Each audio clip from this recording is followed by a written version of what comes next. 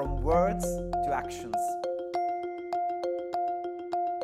A good strategy process leads to high expectations of key stakeholders and engagement of the people, which is why people want to see real impact and real change. To avoid creating a document that will be soon outdated and will be put on a shelf, we need to make sure that these cultural strategies are regularly monitored and updated. And again, together with stakeholders and people involved. The short-term activities should be updated every year to make it a document that is always relevant and up to date.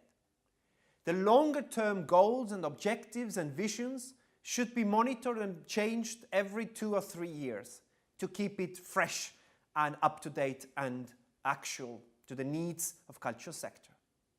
In case we talk about national cultural strategy, again it is very important to understand that this is not the document for the Ministry of Culture.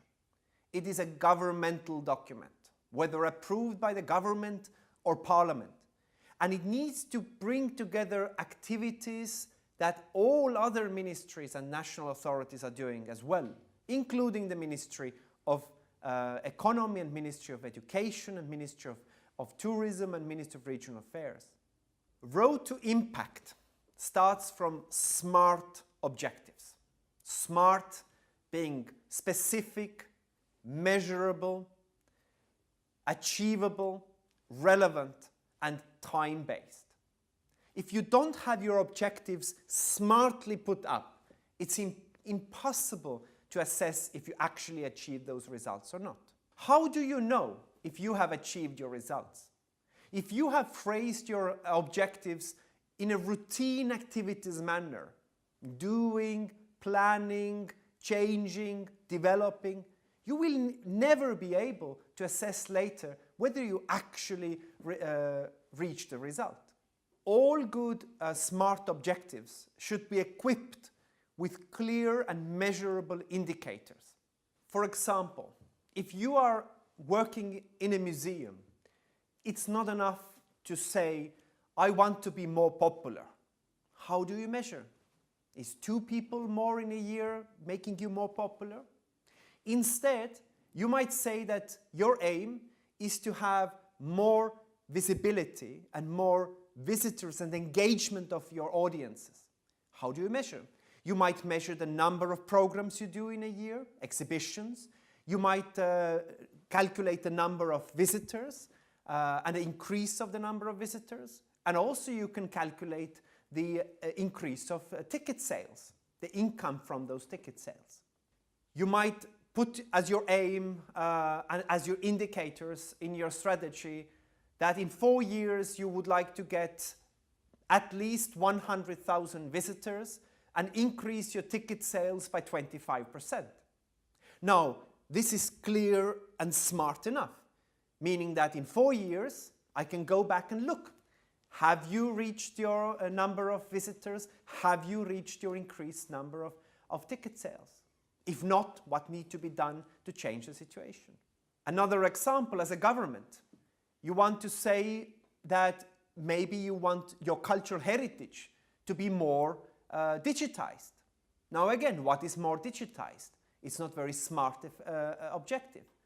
What you could say is that you aim to make your cultural content, your cultural heritage, more available through digital means. And you can set a measure, an indicator, let's say a percentage of your collection that are digitized. Again, in the next 4 years, we can have a look if you reach to that percentage or not. We talked a lot about how cultural policy and cultural strategy making should be open, transparent, and inclusive process. That is also true for the monitoring and updating process. You need to make this as public and as clear and as regular as possible.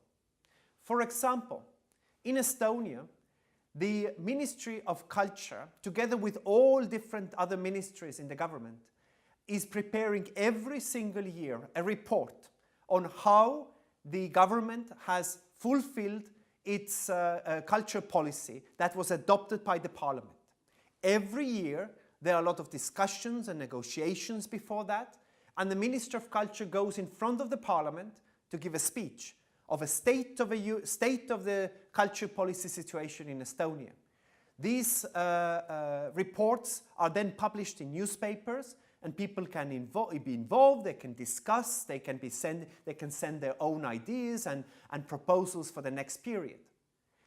What this means is that if the monitoring and updating process is also public, it helps to keep culture and culture policy at the center stage in a policy making.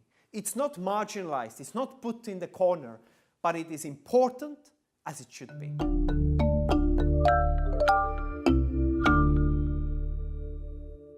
Thank you for watching. I hope you found the course useful.